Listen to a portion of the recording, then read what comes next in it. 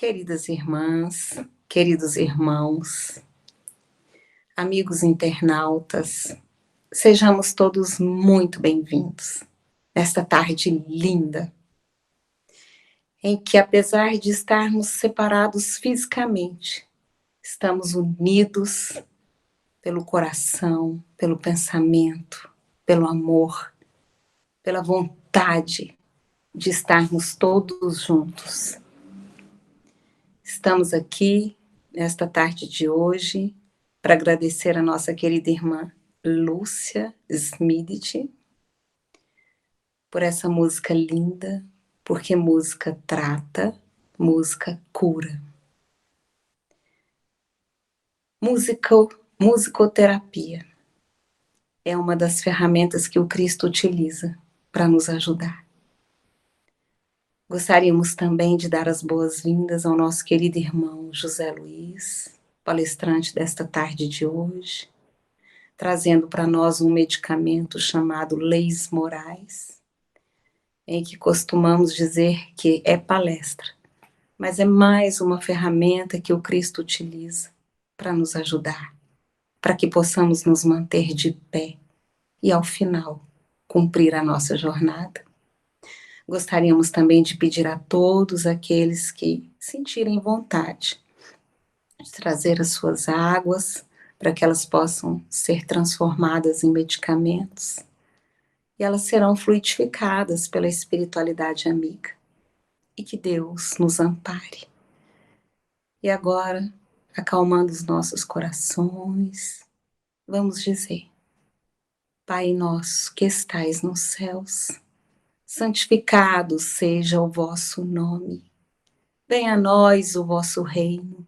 Seja feita a vossa vontade, assim na terra como no céu. E o pão nosso de cada dia nos dai hoje, Senhor.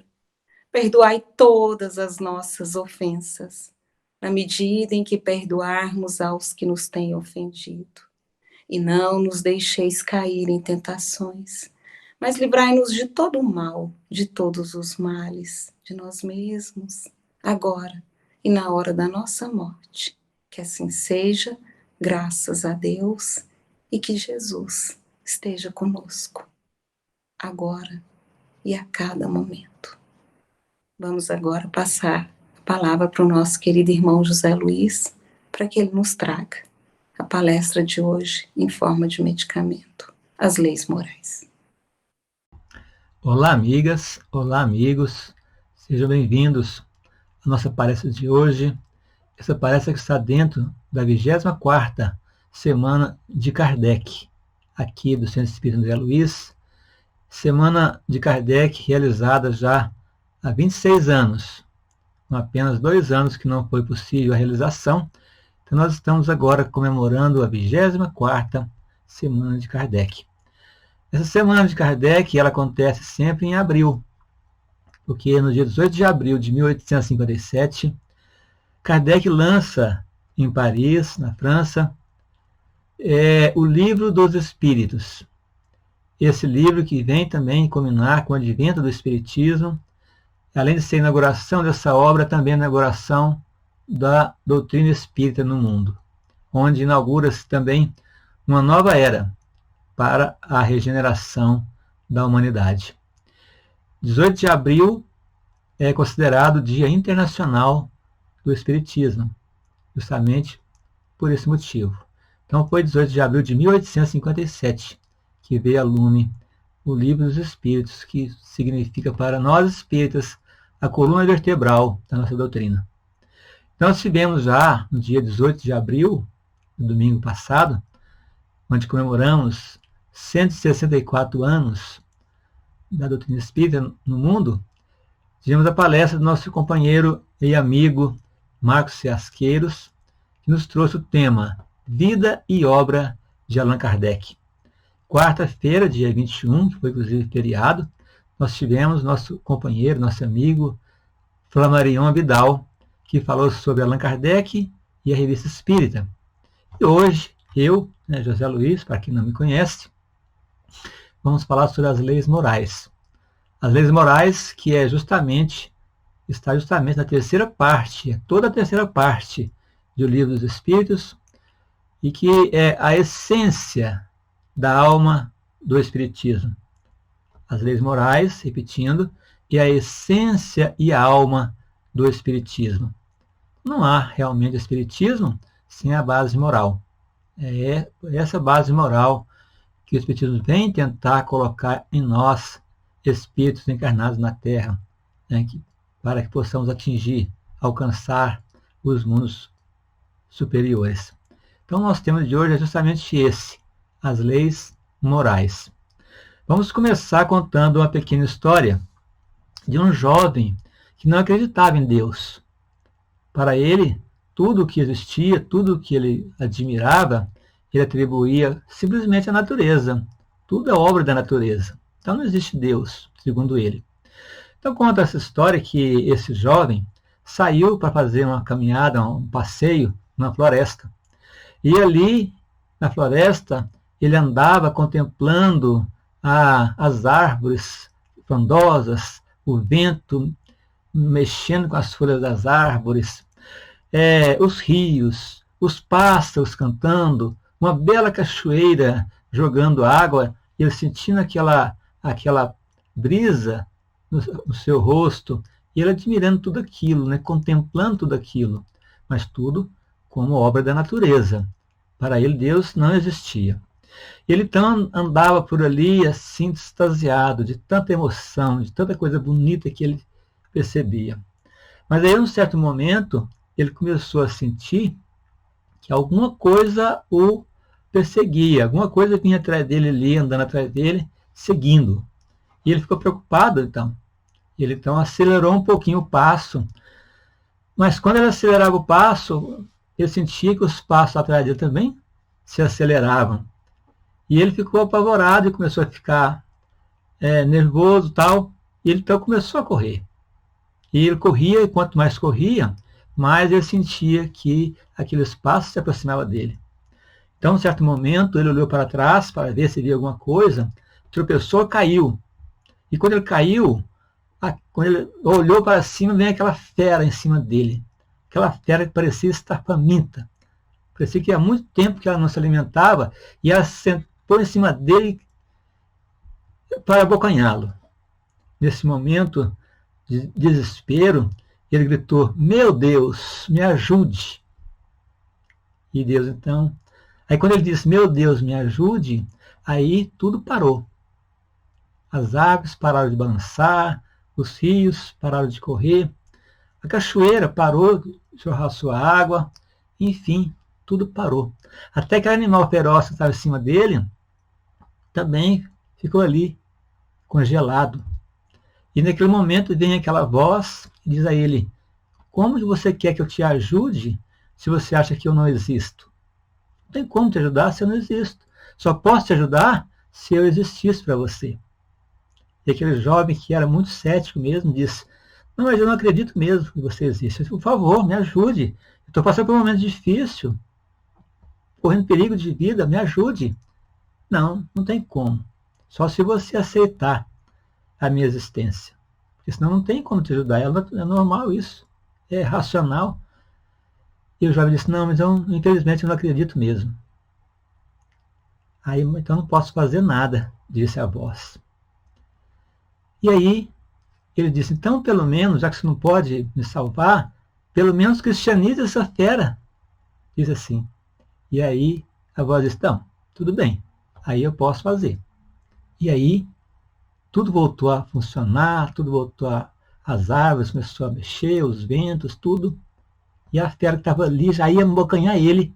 De repente, ela parou por um instante, espalmou as mãos, olhou para o alto e disse: "Pai, abençoa a refeição que eu vou fazer agora." Essa lição, essa história, é uma parábola, mas é uma parábola com um fundo moral. Essa parábola nos mostra que nós, às vezes, esquecemos que Deus existe. Às vezes nem damos conta que Deus está sempre do nosso lado, nos auxiliando, nos ajudando, mas nós precisamos reconhecer nele que ele é o nosso Pai, que é o nosso Criador. O espírito Voltaire, um pensador francês, da época do Iluminismo, ele tem uma frase que é atribuída a ele, né? Ele diz que ele admira muito o universo. E ele tem o universo como se fosse um grande relógio suíço. E os relógios suíços são conhecidos, são muito famosos pelo tanto que ele é uma coisa que funciona perfeitamente. O relógio suíço é um relógio que não atrasa, não adianta, né? Então é um relógio considerado os melhores relógios do mundo. Aí Lacordaire fala, Voltaire fala que por trás de um grande relógio, mesmo os relógios suíços, por trás tem que ter um grande relojoeiro. Então Deus é o nosso relojoeiro. Ele coordena todas as engrenagens, né, que nós temos no mundo, na nossa existência. Então é verdade que o jovem está certo. É verdade que existe uma lei que rege todos os movimentos. Tudo que existe na Terra é regido por uma lei. Só que o problema é que essa lei é criada por Deus. Não podemos deixar de levar isso em consideração. Então essa lei que rege os movimentos é a lei da natureza, é a lei natural. Tudo funcionando, as plantas, né? Aliás, as plantas que dão o alimento para a humanidade inteira, né? Os animais, o reino mineral, tudo funcionando perfeitamente de acordo com essas leis, chamadas de leis naturais. É a lei que rege o universo, rege tudo.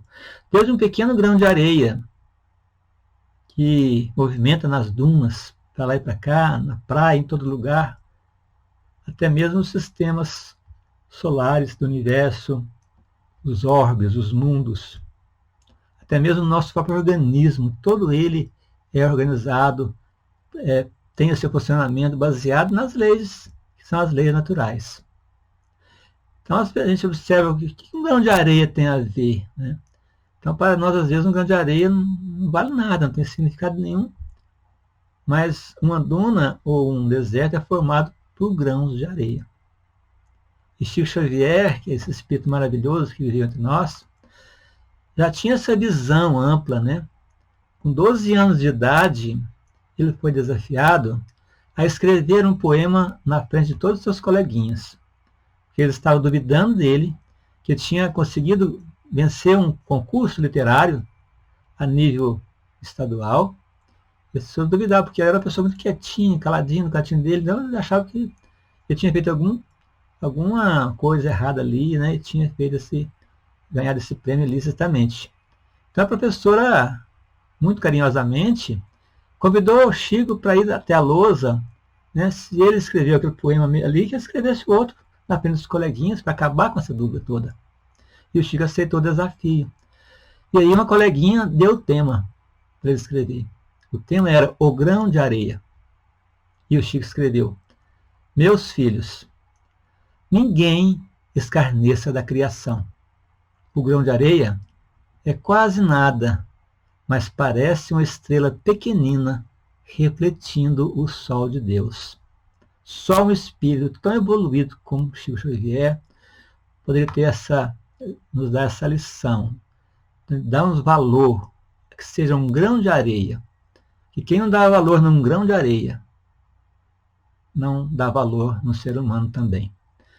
Mas que lei é essa, né? Que lei é essa que rege tudo que existe no universo? Que lei é essa que rege desde o mais simples animalzinho, mais simples inseto, até mesmo os animais das florestas, os animais selvagens, que rege os grãos de areias, até mesmo os grandes sistemas solares, todo o universo. Que lei é essa, né? E Allan Kardec também perguntou, fez essa mesma pergunta para os espíritos. Está na questão 614 do Livro dos Espíritos. Esse livro foi lançado em 18 de abril de 1857, que está completando agora 164 anos, né? Então essa pergunta foi feita há 164 anos atrás ou um pouco mais. Pergunta: o que deve entender por lei natural? Porque se deve entender por lei natural a pergunta que Allan Kardec fez. E os espíritos responderam que a lei natural é a lei de Deus. Primeira frase. E continuou: é a única verdadeira para a felicidade do homem. E ela lhe diz o que ele deve fazer ou deixar de fazer, e que ele só é infeliz quando dela se afasta. Olha que definição dessa lei natural. Primeiramente, dizer que essa lei natural é a lei de Deus para com todos os seus filhos, para toda a sua criação, tanto no mundo material como no mundo espiritual. A lei é a mesma. A lei de Deus ela é única, porque Deus é único. A lei de Deus não é somente para uma pessoa, somente para um país, somente para um planeta, somente para um sistema. Não, a lei de Deus ela é universal. A lei de Deus ela é também imutável. Por quê? Porque Deus é imutável. As leis mutáveis são as leis que o homem cria aqui na Terra, de acordo com as necessidades da sociedade. Mas a lei de Deus também ela é eterna. Ou seja, desde que nós fomos criados simples e ignorantes, Deus já colocou na nossa consciência, no momento da criação, digamos assim, um chip, com toda a lei já na nossa consciência. Mas a lei de Deus também ela é justa. Ou seja, a lei de Deus não é para punir ninguém. A lei de Deus não é para castigar ninguém. A lei de Deus, antes de mais nada, é uma lei de justiça para com os homens. E continua Kardec dizendo que é a única verdadeira para a felicidade do homem. Ou seja, nós somos felizes se nós aplicarmos a lei de Deus nas nossas vidas.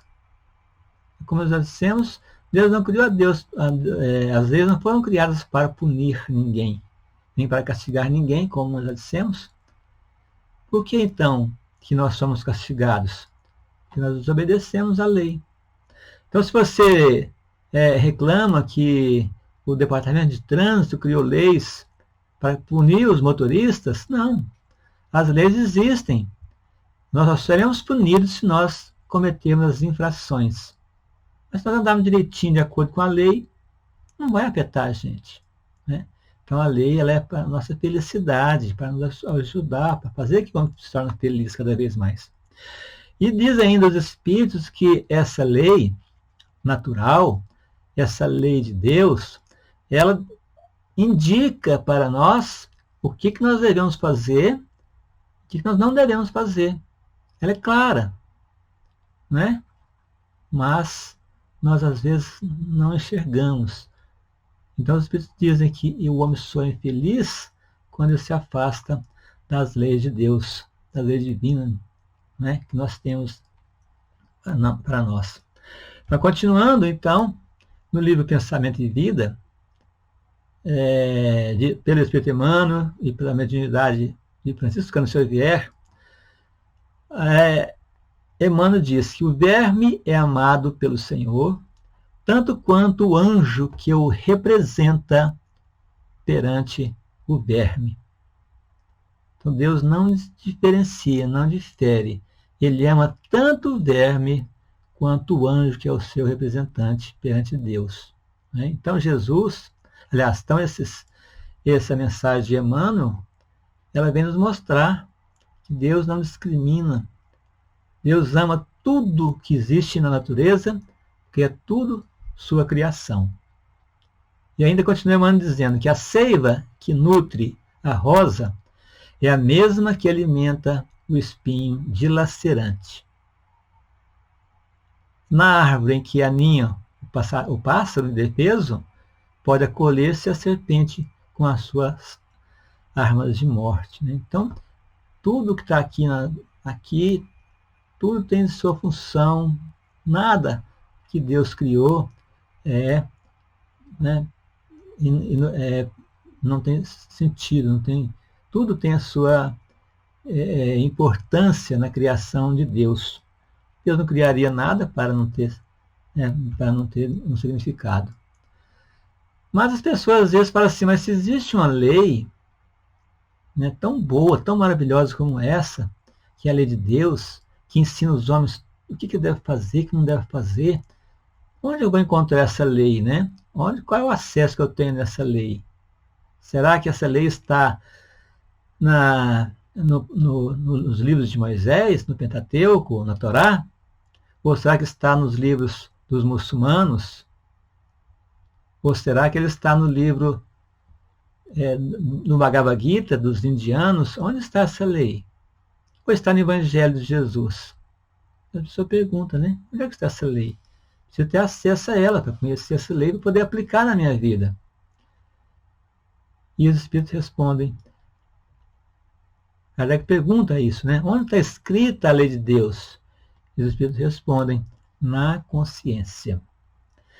Então a lei de Deus, ela não está na nossa mente, que é onde nós guardamos, né, as coisas. Não, ela está na nossa consciência. Então nós temos a consciência que nós estamos fazendo. Se nós estamos errando, nós sabemos que nós estamos errando.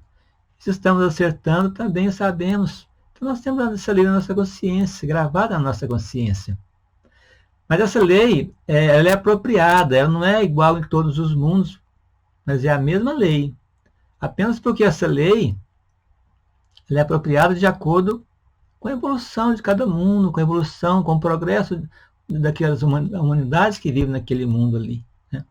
Mas Kardec, então, pergunta, na questão 621, letra A, que é uma continuidade da questão 621, pergunta, visto que o homem traz na sua consciência a lei de Deus, que necessidade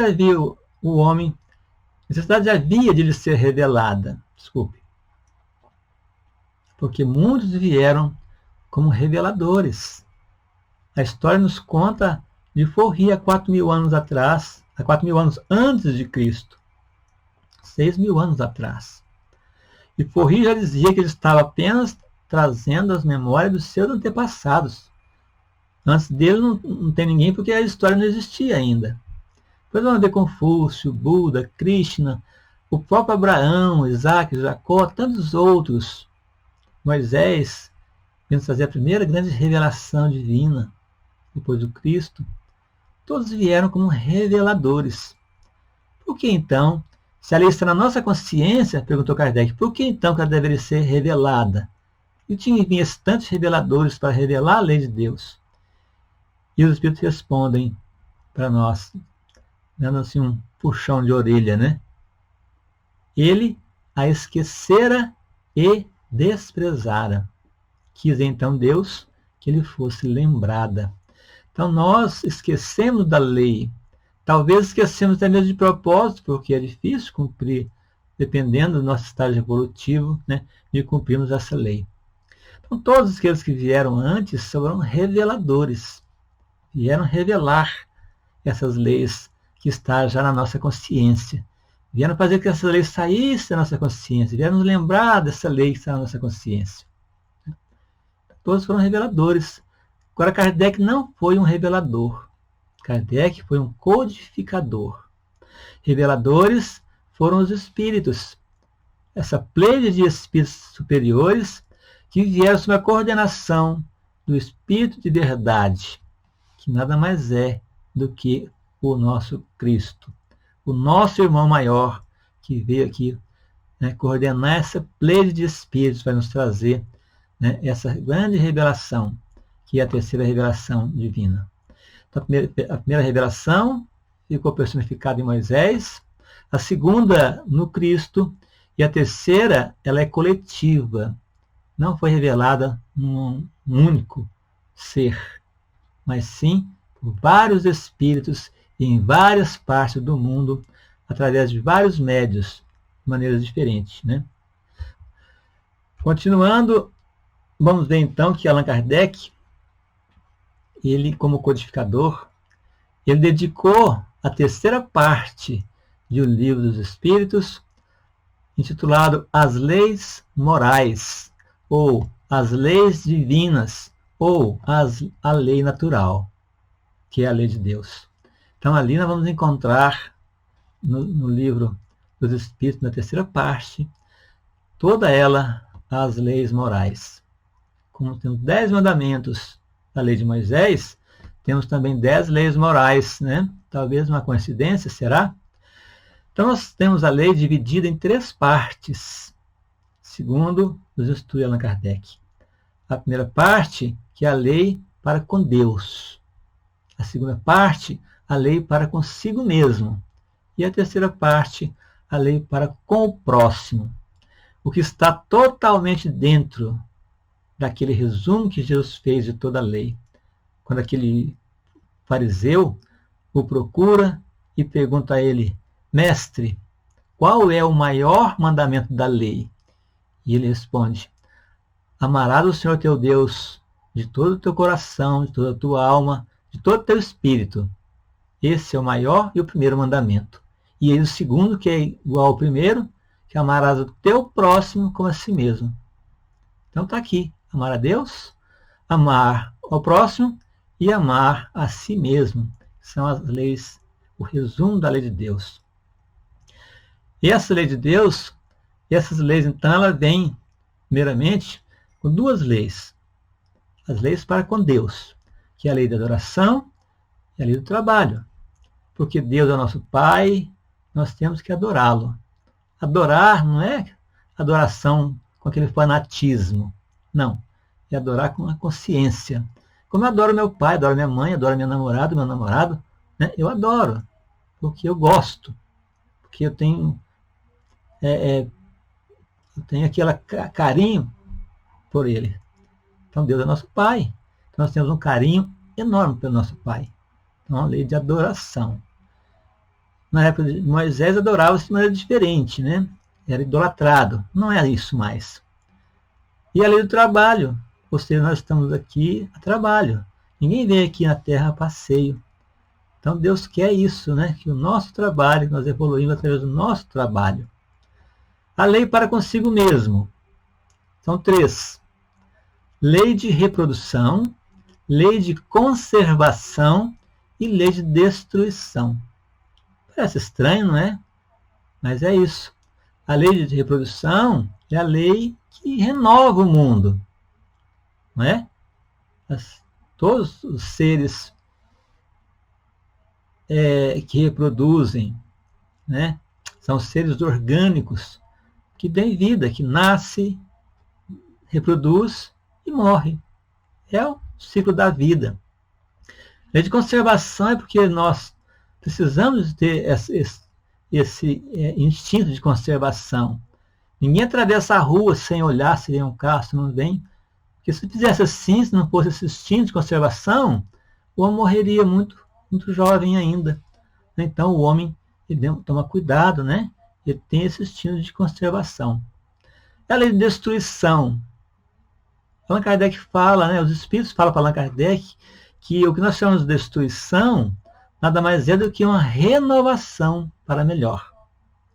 Lavoisier, um grande químico, já dizia que na natureza nada se cria, nada se perde, tudo se transforma.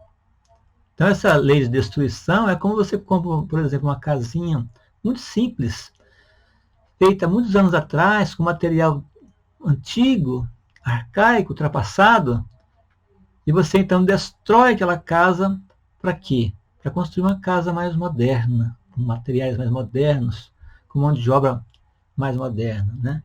É isso. Então, a destruição nada mais é do que uma renovação.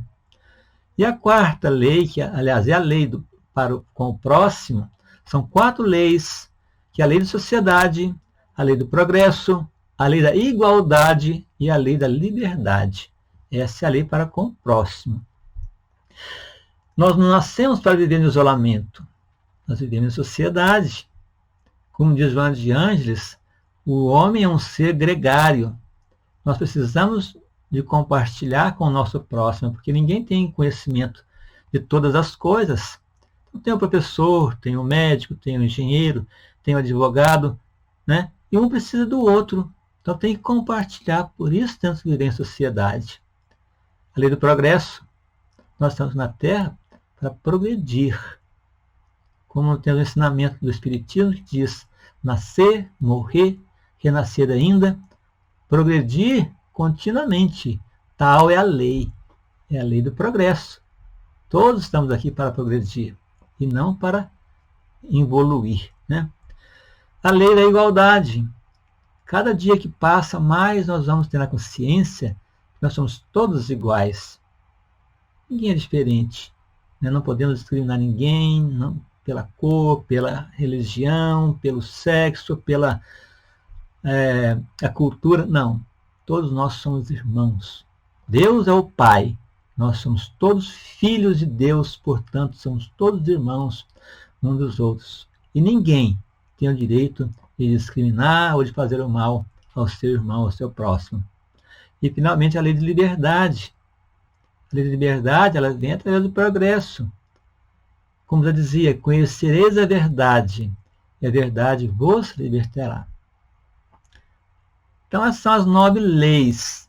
Mas tem uma última lei, que é o resumo das 9 leis, que é a lei de justiça, de amor e de caridade. Quando Kardec comenta, no capítulo 17, Sede perfeitos, né, ele comenta um item intitulado O Homem de Bem. Ali ele fala que o homem de bem é aquele que pratica a lei de justiça, de amor e de caridade na sua maior pureza. Então é essa. Então vamos observar que a lei para com Deus, que é a lei de adoração, a lei do trabalho, né, é a justiça. Não é justiça, amor e caridade? Então a justiça, que é a lei para com Deus. A lei de amor, que é a lei de reprodução, conservação e destruição, que é a lei para consigo mesmo. E a lei de caridade, né? Amor, justiça e caridade. A caridade é a lei para com o próximo. Falando assim, parece que é fácil, né? Mas isso aí foram anos, milhares de anos. 3.500 anos no mínimo. Porque a lei de justiça foi Moisés que nos trouxe. A lei do amor foi o Cristo que nos trouxe na segunda revelação. E a lei de caridade veio através do Espiritismo. A doutrina espírita que tem, que é o chavão, né? Aquele pilar do Espiritismo que é fora da caridade, não há salvação. Então, meus amigos, minhas irmãs e meus irmãos, essas são as leis. As leis são gravadas na nossa consciência. E quando nós atuamos com a consciência tranquila, buscando o amor, buscando a justiça, não tem como desviarmos do bom caminho que Jesus ensinou. Então nós vamos lembrar de uma passagem de João, que está na primeira epístola, no capítulo 4, versículo 8. Ele diz: aquele que não ama não conhece a Deus, porque Deus é amor. Então, toda a lei de Deus está resumida no amor.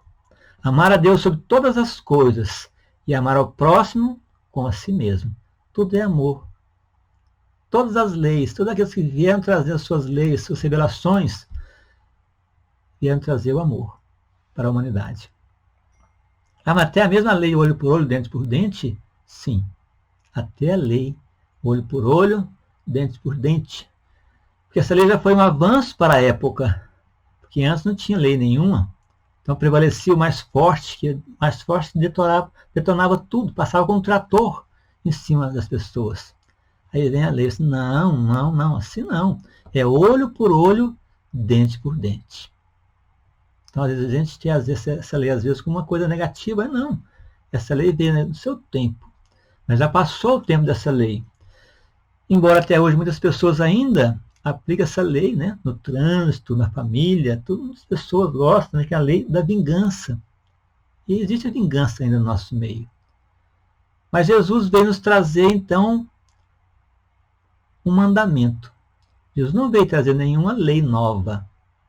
A lei que ele fala aqui, que amar a Deus sobre todas as coisas e o próximo como a si mesmo, é a lei de Moisés, que está no Deuteronômio e Levítico.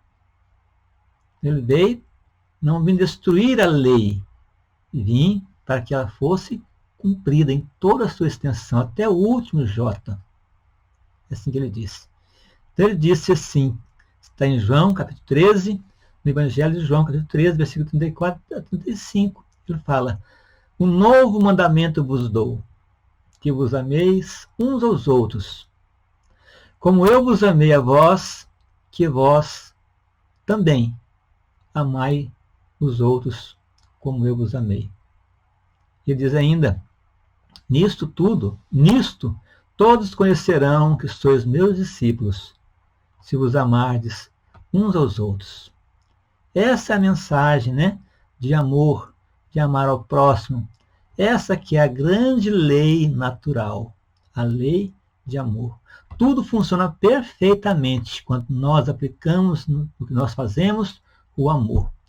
Seja numa refeição, seja aquela pessoa que está cozinhando ali, fazendo comida, se ela faz com amor, a comida fica muito mais gostosa, né? Basta saber como que era a comida da nossa mãe, porque ela fazia aquilo ali com amor. Tudo que fazemos com amor fica muito melhor, muito mais agradável, né? Então Jesus, finalizando então aqui com Jesus, sabendo das nossas imperfeições, sabendo que não podia dizer tudo ainda naquela época, então ele prometeu. Ele prometeu enviar um outro consolador. Foi num momento difícil, no sermão do cenáculo, onde ele estava ali com seus discípulos, com seus apóstolos, que eles queriam continuar, ou desculpa, somente com seus apóstolos, né? Onde ele ia continuar, aqueles que queriam continuar a missão de Jesus, porque Jesus ia partir. Então ele disse, se me amais, guardai os meus mandamentos. E eu rogarei ao meu Pai, e ele vos enviará um outro consolador, a fim de que fique eternamente convosco. Meus irmãos, minhas irmãs, esse consolador, essa doutrina que nos consola tanto, essa doutrina que nos coloca de uma maneira tão especial, essa doutrina que nos ensina que nós somos espíritos imortais.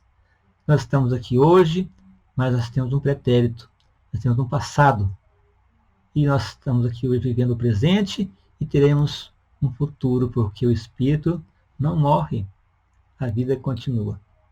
Então ele diz, continua dizendo no Evangelho de João, né, palavras de Jesus. Porém, o Consolador, que é o Santo Espírito que o meu Pai enviará em meu nome, vos ensinará todas as coisas e vos fará recordar tudo que eu vos tenho dito.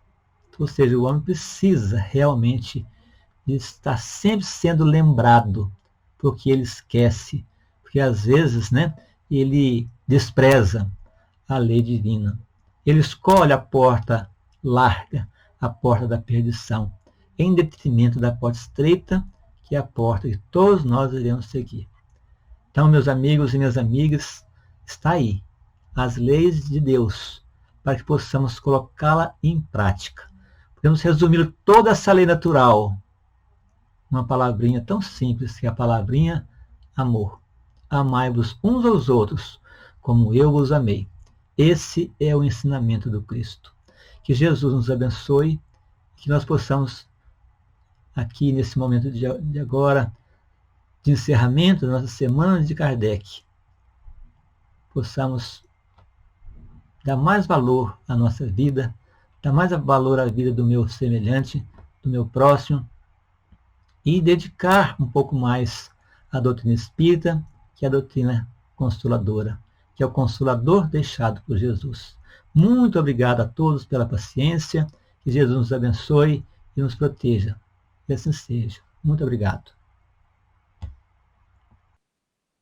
Queridas irmãs, queridos irmãos, amigos internautas, chegamos ao final de mais uma palestra em forma de medicamento, trazida pelo nosso querido irmão José Luiz. Gostaríamos também de agradecer a todos os outros palestrantes, a todos os músicos, a todos os nossos queridos irmãos que estiveram envolvidos nesse trabalho lindo, que foi a 24ª semana de Kardec.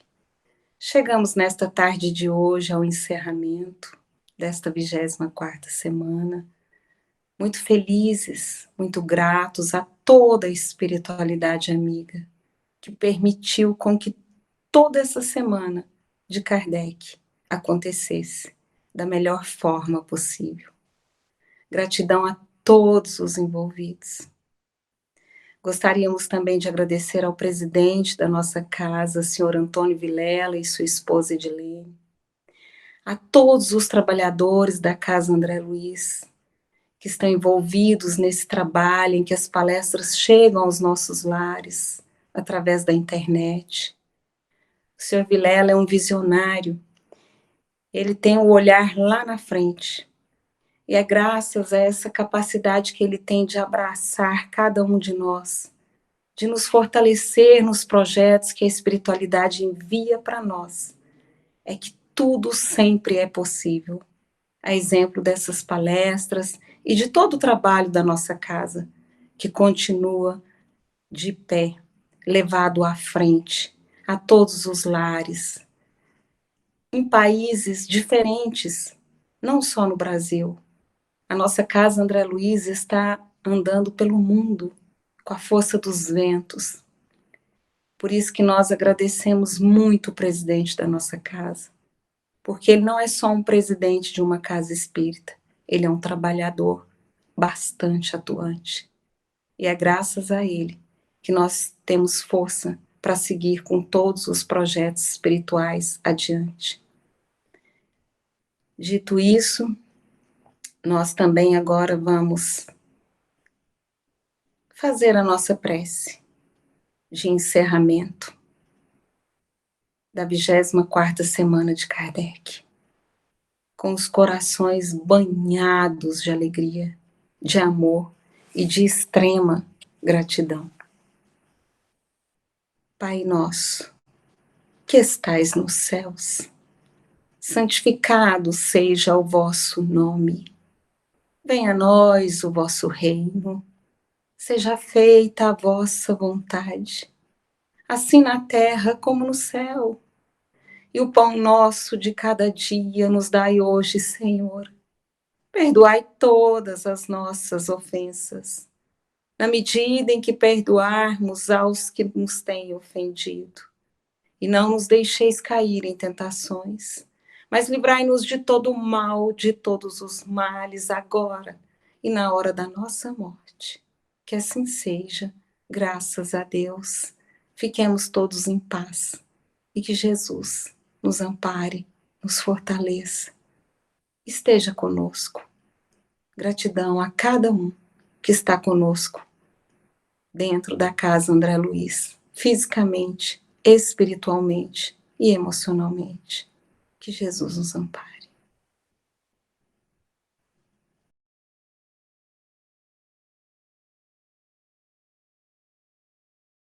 Olá, amigos do Centro Espírita André Luiz. O CEAL agradece àqueles que deram a sua contribuição para que a obra de ampliação do espaço físico fosse executada.